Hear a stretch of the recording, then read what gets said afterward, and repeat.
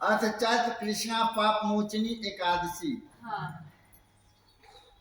धर्मराज युधिष्ठिर कहने लगे कि हे महाराज, श्री कृष्ण आपने फाल्गुन शुक्ला एकादशी का महात्म्य बतलाया, अब कृपा कर यह बताएं कि चैत्र महीना के कृष्ण पक्ष की एकादशी का क्या नाम है, इसमें कौन से देवता की पूजा की जाती है और इसकी विधि क्या है। व्रत तो सभी रखते हैं, लेकिन विधि विधान से और श्रद्धा विश्वास के साथ व्रत रखते हैं, वही व्रत पूर्ण फलदायक होता है। कह रहे हैं कि व्रत तो करेंगे, लेकिन कैसे करें, क्या विधि है इसका। भगवान श्री कृष्ण ने कहा, हे राजन, यही प्रश्न एक समय राजा मानधाता ने लोमस ऋषि से किया था। जो कुछ ऋषि लोमस ने कहा वही मैं तुमसे कहता हूँ। धर्म के गूढ़ तत्वों की जानकारी लेने में रुचि रखने वाले राजा मानधाता ने लोमस ऋषि से प्रश्न किया कि मनुष्य के पापों का मोचन कैसे संभव है, मतलब पापों का नाश कैसे होगा, यह बताइए। ऋषि ने कहा, हे राजन, एकादशी का महत्व आप जानते हैं। एकादशियों में पाप मोचनी एकादशी प्राणी के पाप नष्ट करने में सक्षम है। अब मैं इसकी कथा कहता हूँ। प्राचीन समय में कुबेर का चैत्ररथ नाम का एक वन था। उसमें गंधर्वों की कन्याएं किन्नरों के साथ विहार करती थी। वहां अनेक प्रकार के पुष्प खिले रहते थे। उसी वन में अनेक ऋषि तपस्या करते थे।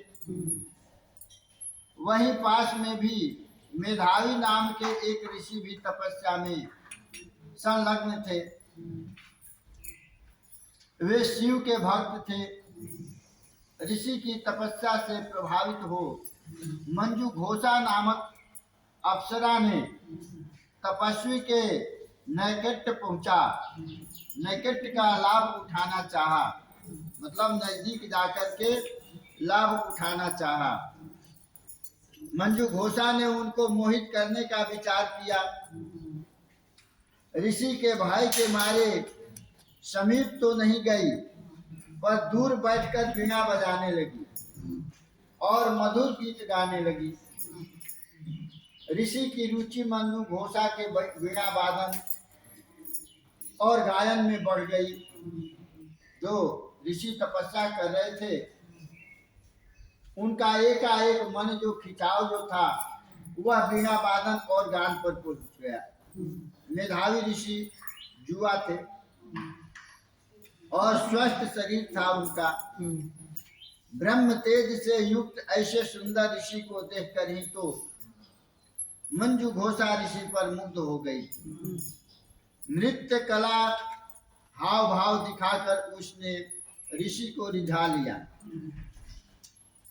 अपने माया जाल में फंसा लिया। फल स्वरूप ऋषि मंजू घोषा के साथ रमण करने लगे।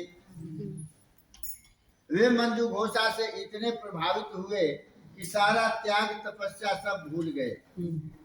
मैं किस लिए जंगल में वन में आया हूँ, मेरा कर्म क्या है, यह सारा भूल गए।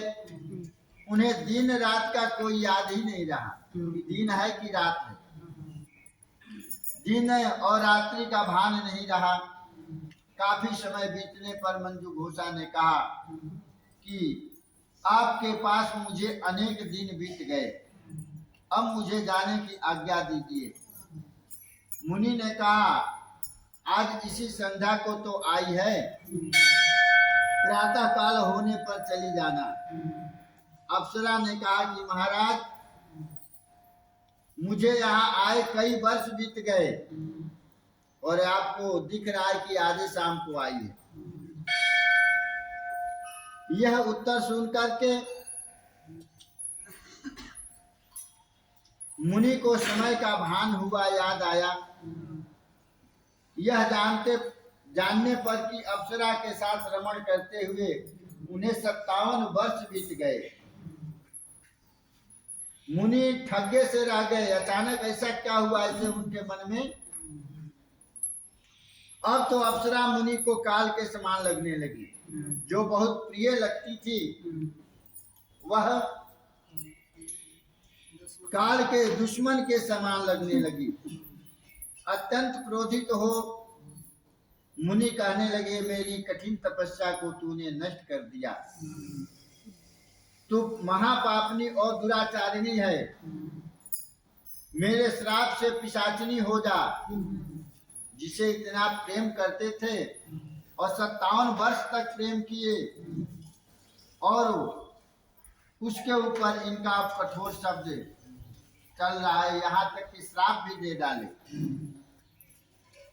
तू पिशाचिनी हो जाए।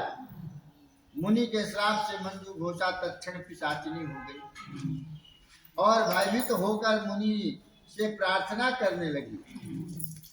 डरते हुए मुनि से कहने लगी, महाराज, इस श्राप का किस प्रकार निवारण होगा? जाने अनजान में जो कुछ हुआ, लेकिन आप श्राप दे दिए। इस श्राप का कथित कब होगा? इसका उपाय क्या है?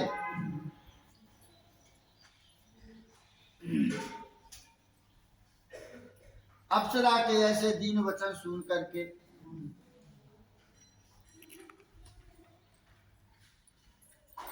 मुनि बोले, हे भद्रे, यद्यपि तूने मेरा बहुत अनिष्ट किया है, परंतु फिर भी मैं तुझे श्राप से छूटने का उपाय बताता हूँ। चैत्र महीना के कृष्ण पक्ष की एकादशी पाप मोचनी एकादशी है। यह सब प्रकार के पापों का नाश करने वाली है। यह व्रत करने से तू पिशाच योनि से मुक्त हो जाएगी। ऐसा कहकर मेधावी ऋषि अपने पिता चैवन ऋषि के आश्रम में चले गए। मेधावी को देखकर चैवन ऋषि कहने लगे, अरे पुत्र, तुमने ऐसा क्या किया जिससे तुम्हारा सारा तेज क्षीण हो गया? मेधावी कहने लगे कि पिताजी, मैंने अप्सरा के साथ रमण करके घोर पाप किया है।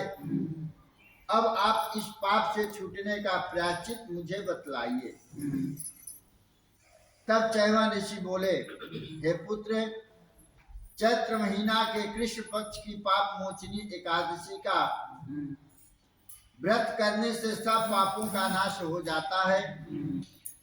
पिता की आज्ञा पाकर मेधावी ऋषि ने भी इस व्रत को किया।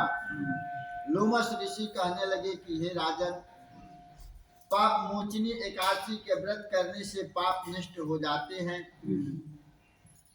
इस कथा को पढ़ने या सुनने से अनंत फल प्राप्त होता है। जिसका कोई अंत न होता है उसको अनंत कहते हैं। देहजन आकर्षण ज्यादा समय नहीं रहता है, इसलिए मुनि मेधावी की ओर चाव से बड़ी अप्सरा मंजू घोषा अंततः मुनि को छोड़ने को तैयार हुई थी। तब संकल्प त्यागने जैसा पाप भी विष्णु भगवान के पूजन से मिट जाता है। जो तप करने का संकल्प ले लिया और उसको बीच में तोड़ दिया, उसका भी बहुत बड़ा पाप लगता है। तो उस पाप से विष्णु भगवान ही बचाते हैं।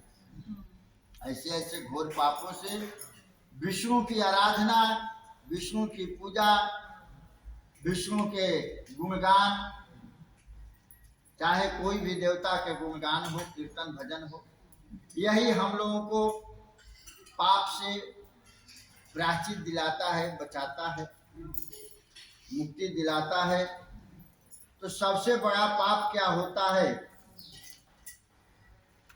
किसी को सताना, किसी को दिल को दुखाना, और खास करके अपने माता पिता और गुरु, 10 साल के नीचे की जो कन्या है, ये सबको अगर भूल में भी कोई उसको उपहास उड़ाता है या उसका वचन नहीं मानता है या उसे कभी कठोर वचन बोल देता है, उसके दिल को दुखाता है, तो ये ब्रह्म हत्या जैसे पाप माना गया है। सबसे पापों में बड़ा पाप क्या है? ब्रह्म हत्या। ब्राह्मण की हत्या, ब्राह्मण की हत्या कोई मारने से नहीं होता है कि उसको गला से काट दिया तो वो हत्या हो गया। हत्या वचन से भी किया जाता है, हत्या वचन से भी किया जाता है। तो ऐसा कठोर वचन न कभी साधु सन्यासी को, न अपने माता पिता गुरु को या ब्राह्मण को कभी नहीं बोले कि किसी का दिल दुखे।